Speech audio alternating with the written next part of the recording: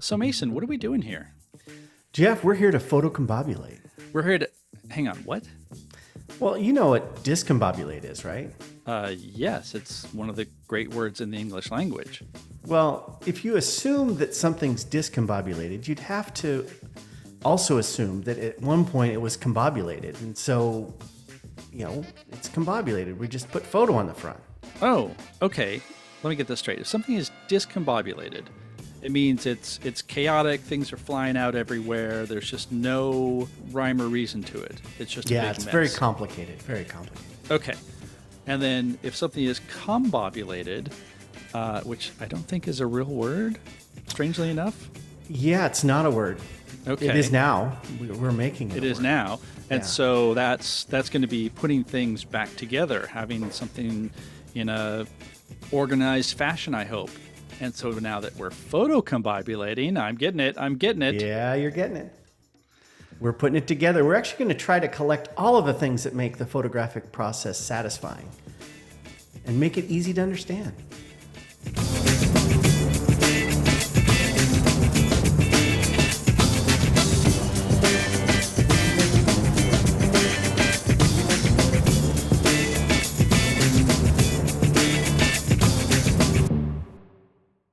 I love the idea of talking about photography, but talking about all the other things related to photography. Because too often we're talking about the picture. You're going to get the end result. You're going to figure out what camera do you need, and let's talk about lenses and f-stops and apertures. But that tends to be kind of a small little sliver of what photography is. In my experience with photography and, looking at YouTube videos and listening to podcasts, it seems like it's usually limited in that way. You have this like small slice of what photography is, but there's so much more. You and I have experienced much more in terms of photography. Yeah, for me, photography isn't really about the photographs. It's about the process, the lifestyle. That's almost heretical. Hang on a second. You're telling me that photography is not about the photograph? Well, the photograph is part of it, Jeff. But think of the photograph as the planet, and all of the stuff that makes the photograph is the stuff that's spinning around it in orbit. I think that you have to take everything together as a whole and experience it and enjoy it. And to really be satisfied as a photographer, you have to enjoy the process as much as you enjoy the product. And this is something that I've learned going out and shooting with you and coming to that realization of, yes, you're focused on one thing, you're focused on composition, and you're focused on, not one thing. In fact, there's a whole group of things that we focus on that we try to get right to make a good picture. And yet, I've also discovered that if I am out shooting a sunrise, but I am freezing, or I didn't sleep very well, or I didn't plan at all, and I'm just kind of going by the seat of my pants, all of that starts getting into what that photo becomes, because maybe I have the most amazing sky in front of me, but if I'm cold and I'm miserable and my gear's not working and my tripod got stuck and like all these things, suddenly I don't really care so much about whether I got that good shot. Well, and I would bet that you're not satisfied. I'm not satisfied. That's it. The satisfaction of photography. Yeah, that's right. Yeah, I think that, I view photography as this, it's a rope of many strands, and all of these strands have to come together just right to make the photo amazing. And for me, the pulling together of all those strands is incredibly satisfying and incredibly meaningful. Knowing what the weather's going to be like, and knowing my gear really well, and knowing how to process my photos. All of that stuff has to come together. And the more stuff I do in the front side of that process, the more satisfying it is at the end. And right. it's like music, right? You've got to practice, you've got to know your stuff, and you have to be able to make it happen when the time is right. And I think that process of combobulation Hmm. is incredibly satisfying. I love having it all together. It makes you feel like you might actually be good at something. Well, and also the other thing that you didn't actually say in terms of the actual word, but it has come through really clearly, is this idea of experience, photography as an experience. Because all the things you just said actually have very little to do with the end photo if you just take them piecemeal. Mm-hmm. But you said, making sure your gear works properly, making sure that you know what the weather's going to do. Like the experience of making a photo starts hours or days or weeks before you actually get to the event. And then maybe it could be hours or days or weeks after as you do photo processing or you look through and see what you like. And I think that's really what we're going for here. We want to talk about the experience of photography.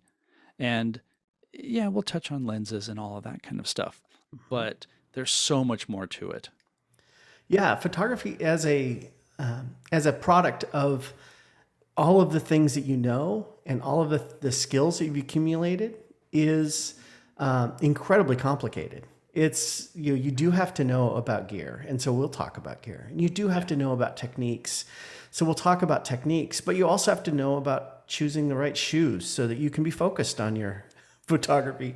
You have to know where to be when the sun comes up or when the sun's going down, and it involves all of these things.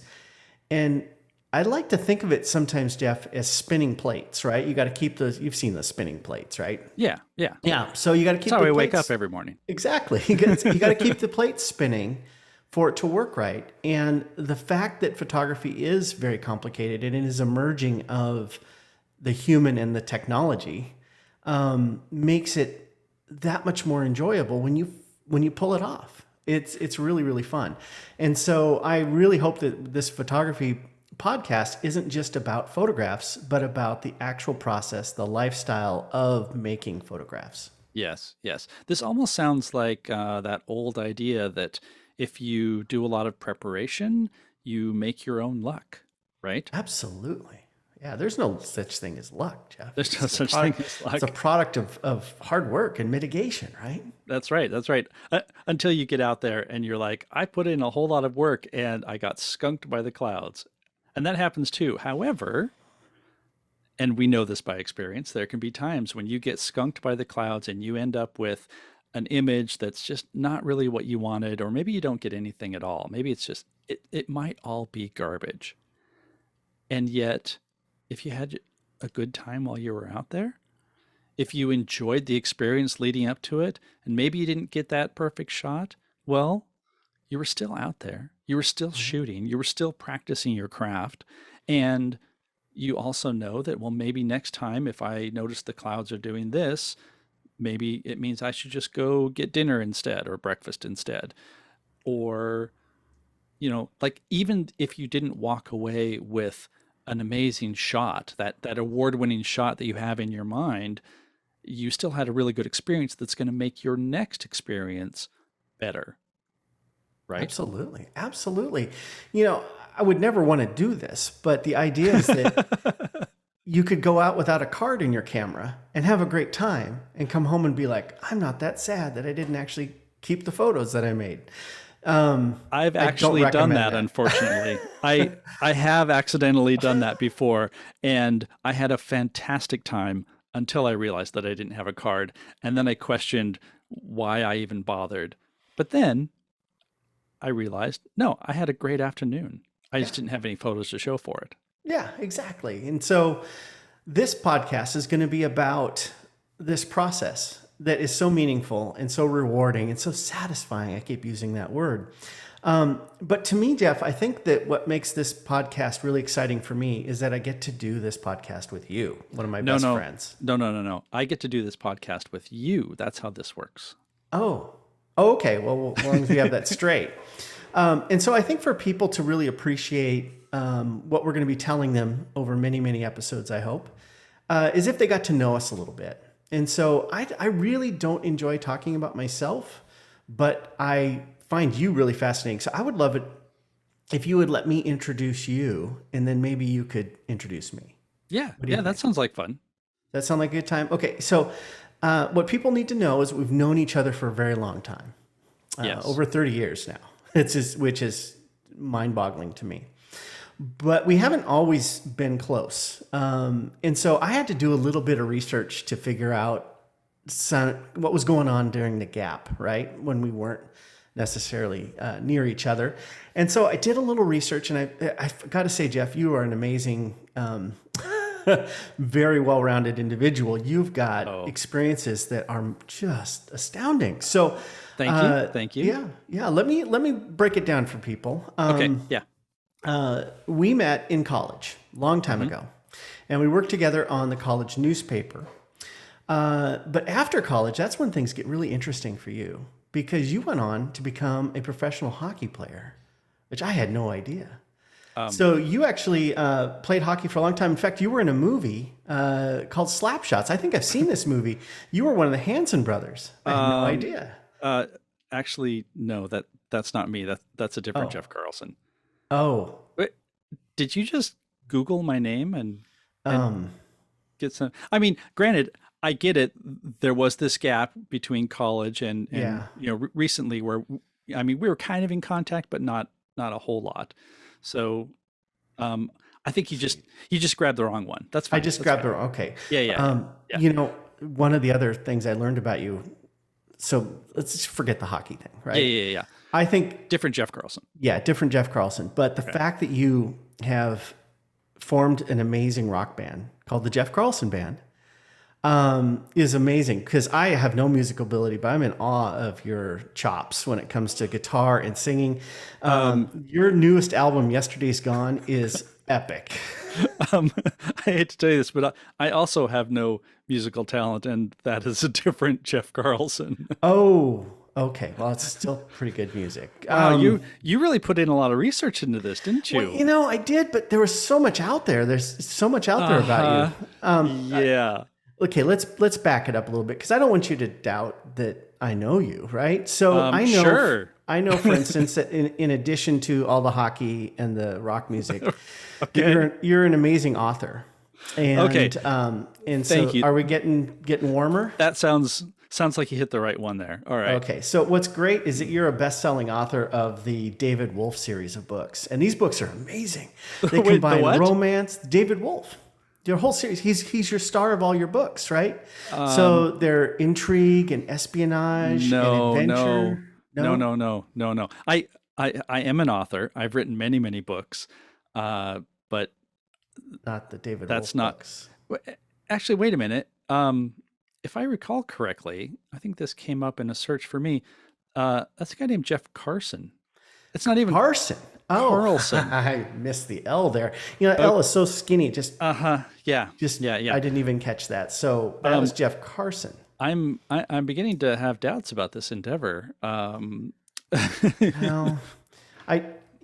Jeff, in all honesty, I have been following your your writing career for a long time, and I actually have several of your books, Okay, and good. none of them feature romance or adventure in the Rocky Mountains. In No, fact, not in that way. Yeah, they're all amazingly instructive books, and you've written over 80 books. This is I true. have. This is This true. part is true. This This part is part is true. true. You've written over 80 books. And some of your earliest work was technology that we no longer use, right? Like Palm Pilots and things like Palm that. You wrote Pilots. guidebooks for these things. And as technology has evolved, you've kept pace and you release books all the time. You're like the Danielle Steele of technology books. You're writing books constantly about technology, and you have most recently really focused on photography, pardon the pun. Yes, this is And true. I This is really true. enjoy your books. You've written some great books on Luminar, which is some software that we both use and enjoy. You've written some great books on Adobe products and also on Apple stuff. I really loved your book on iPad back when the iPad was a new thing. Oh, thank So you. one of the things I've learned from you, though, is that you can take something that's incredibly technical and incredibly complicated and a lot of times cutting edge And you can relate it to people like me who don't necessarily understand that stuff without a lot of work. And so you're like a guide. You're like a guide through these complicated things, and you lead people step by step. And so your books are really guides to this stuff. And I find that one of the things I appreciate about you is you can make things that are really complicated and daunting seem friendly and easy. So I appreciate that about you. And that's what you really do, Jeff. But you live in Seattle. There's some other things about you that I really like. Okay. You live in Seattle, which is my hometown. I was born there. I don't know if you knew that. Yes. Yes. Not far from where you live. Actually, my dad grew up in your neighborhood. And I love coffee, and you love coffee. Of course. Of course. We actually have a lot of passion for coffee. We're both married to redheads. Yes. That's a great thing to have in common. It's right? a wonderful thing. Yeah. And we both have kids. So we have a lot of things in common aside from our photography, right? Yeah. So I feel like I know you pretty well, even though I kind of botched the beginning of that. Did I do okay? you, you did okay. Google sometimes is not your friend, ladies and gentlemen. Just remember that. I could get in trouble. Well, see, here's the thing about our relationship. And so now that this is my opportunity to talk about you a little bit. So yes, we did work on the college newspaper together. I was the editor, you were the photo editor. And strangely enough, I think we were perfectly friendly in college, but we didn't really hang out. And then just over time, we graduated, we went our separate ways and kept in touch. And this is where I think one of the most fascinating things I can tell people about Mason Marsh is that you've done more unexpected, story-filled things than anybody that I know. So, for example, you stayed in photojournalism, which I'm immensely in awe of. You you were a stringer, right, for local newspapers, the Spokesman Review, but you also covered some big things. You were there at the Ruby Ridge standoff. I want to say early or mid 1990s. Yeah, it was the summer of 1992. Yeah, where there were a bunch of people that were holed up in a compound, and for days and days and days, and nobody knew if there was going to be a big firefight or, and I love some of your stories about that, even though they involved you sleeping in your car, waiting around, ordering like this massive lens because you thought that you could get a good angle. And what like the Associated Press sent you this massive 600 millimeter lens or something because you were like the guy on the scene. Yeah. Yeah, I was the Associated Press photographer for that particular story. And it was a 600 millimeter lens. I never got a good shot with it, but I lugged it around the woods a lot trying to get a photo of the camp. We were restricted, of course, from being near the scene. And so we were all desperate to get photos. And so I did my best, but I digress. Right. But, I mean, at the same time, I was like working in an office doing PageMaker stuff. So, like it just sounds exciting. But then it gets more interesting. You worked at a number of newspapers. You went to Alaska. You were the photographer, like the photographer for a daily paper up in Alaska, where because it was a small paper in Alaska, you ended up writing a whole bunch and editing a whole bunch. I mean, you just sort of wore all the hats and worked all of the hours. And then you take this turn where you decided to become a boat captain. A ship captain. Yeah. Ooh, I'm going to catch some hell for saying the wrong word there. A ship captain. You were the captain of the Lady Washington after several years of serving on this two-masted tall ship. I think I've got the terminology right there. You got it right. Oh, okay, good. And then from there, you go into education and you are teaching kids about sailing on the big ship and then working in air and space museums. And like, there's this pattern emerging of you educating and helping and guiding people. Oh, hey, guiding. There's There's a that word word that's again. come up. Let's see, what else did you do after that? Oh, you were involved with Elder Hostel, which is now called Road Scholar, and you were doing photo workshops. And if I remember correctly, during a big chunk of that, you had pretty much put down all your camera gear because you were burnt to a crisp. Is that right? Absolutely. Yeah. When I was working in newspapers, I burnt out pretty thoroughly. And when I went on to the tall ship, I kept my cameras. I did take photos, but it wasn't something I sought out. And I really got focused on education and teaching and really enjoyed that. And you're right. I went on to Elder Hostel and started developing programs for them and eventually started leading programs. And that's when I kind of fell back in love with photography. Yeah, yeah, and that's when you basically took up digital photography. That would be the analog to digital conversion there, and then this is where we uh, reconvene, where we merge again, because you decided to do a workshop on your own, separate from Elder Hostel, and I remember getting, I think it was just an email from you that you would send out to a bunch of people saying, "Hey, I'm doing this." It was going to be the I want to say the Oregon Wonders workshop that was in Hmm. Portland and Central Oregon and all the beauty that that offers. And I remember getting this email and turning to my wife and saying, "Wow, look at what Mason is doing. Isn't that cool?" And she said, "Yeah, you should do that." I was like, "That would be great, wouldn't it?" She's like, "No, really, you should do that." And so I signed up for your first workshop. I was just a regular attendee, and you picked me up at the train station in Portland. And I think we realized it had been uh, almost exactly, give or take a few months, 21 years since we had actually seen each other in person. Yeah. And I know this is going to sound kind of sappy, but it felt like barely any time had gone by.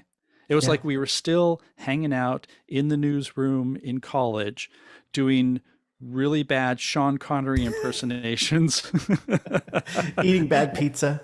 Yeah. eating bad pizza while waiting for, a PageMaker to spit out some layouts or something like that.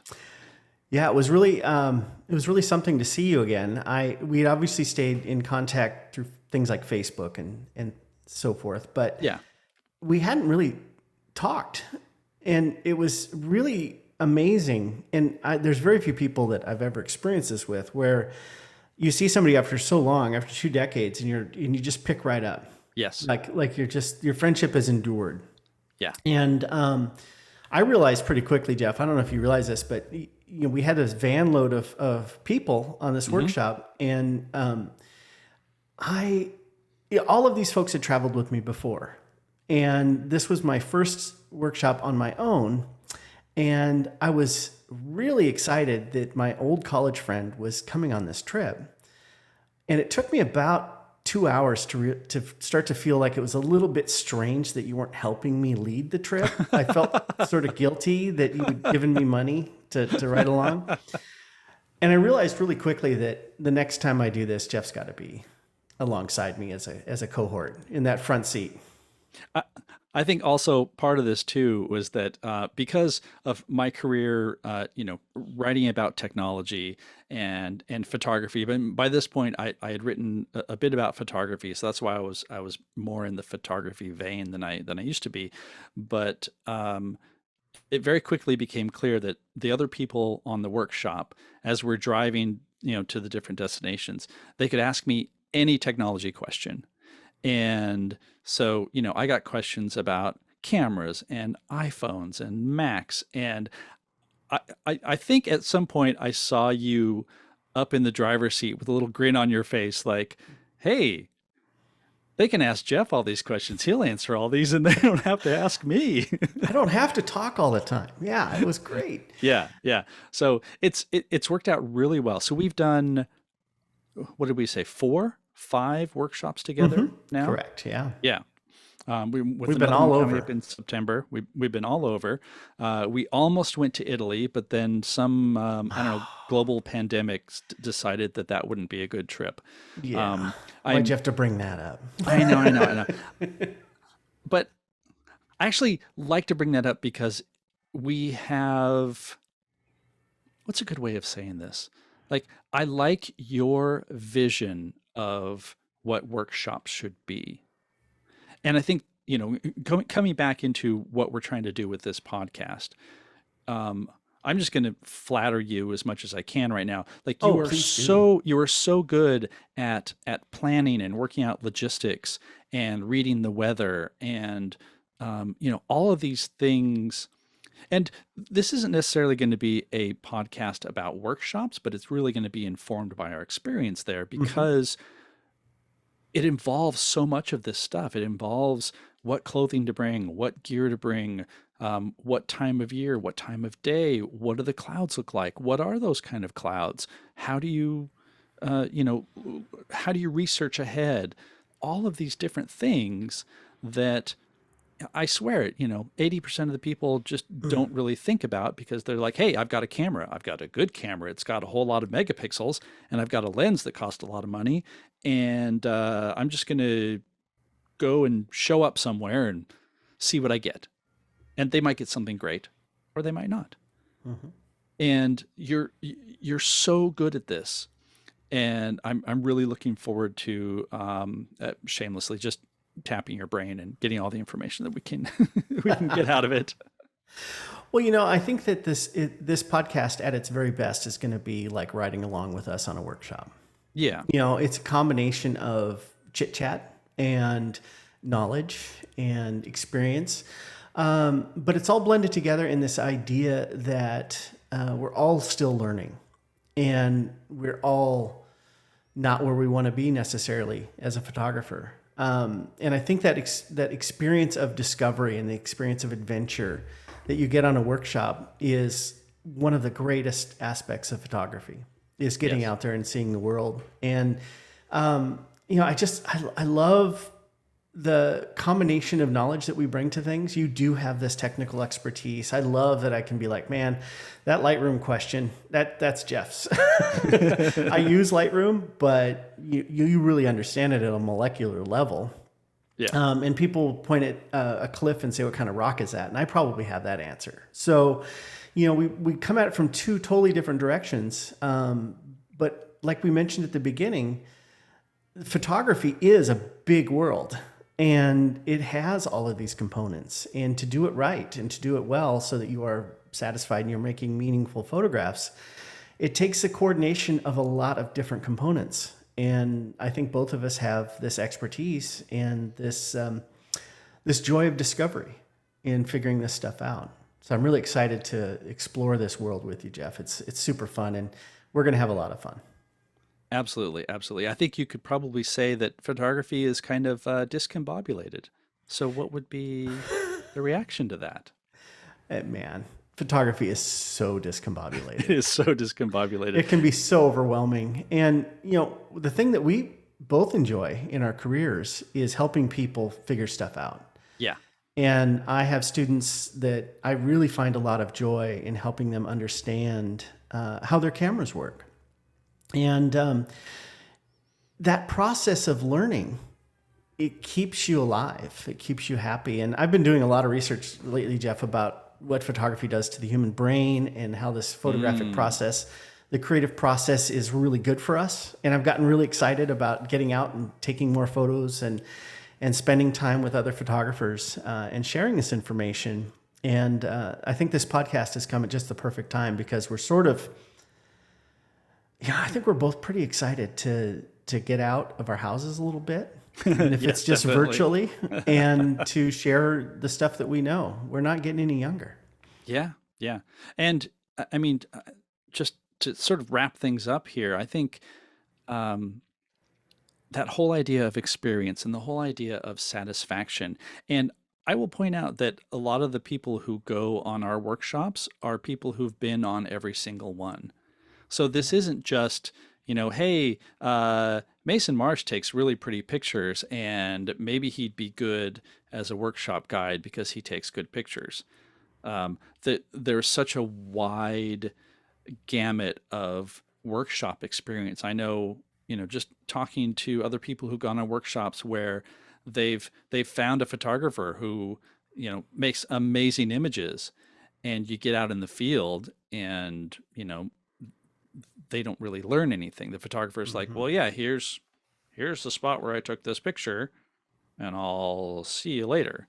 I Yeah. mean, during our workshops, we've run into these photographers. There was one guy, and I'm going to try not to just go down every single story road, but Oh, sure. Go that's for what it. we can do as we go on with successive episodes. There was a guy who he was leading a group, and they I ran into him. I had to get something back at the van, and he was sitting having lunch, and his photographers were out shooting, but he wasn't guiding them. He wasn't talking to them. He wasn't doing anything. He kind of delivered them there, and then went and sat down. And like, okay, you want to encourage people to be independent and whatever, but I don't think the people paid to have them just be pointed at a location, right?